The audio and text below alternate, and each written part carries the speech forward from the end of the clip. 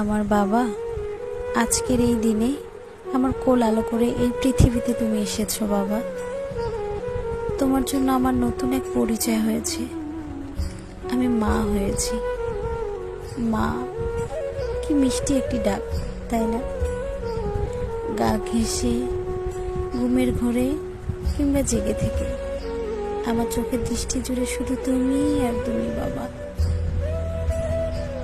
দেখতে দেখতে কখন যে একটি বছর হয়ে গেল বুঝতেই পারলাম না।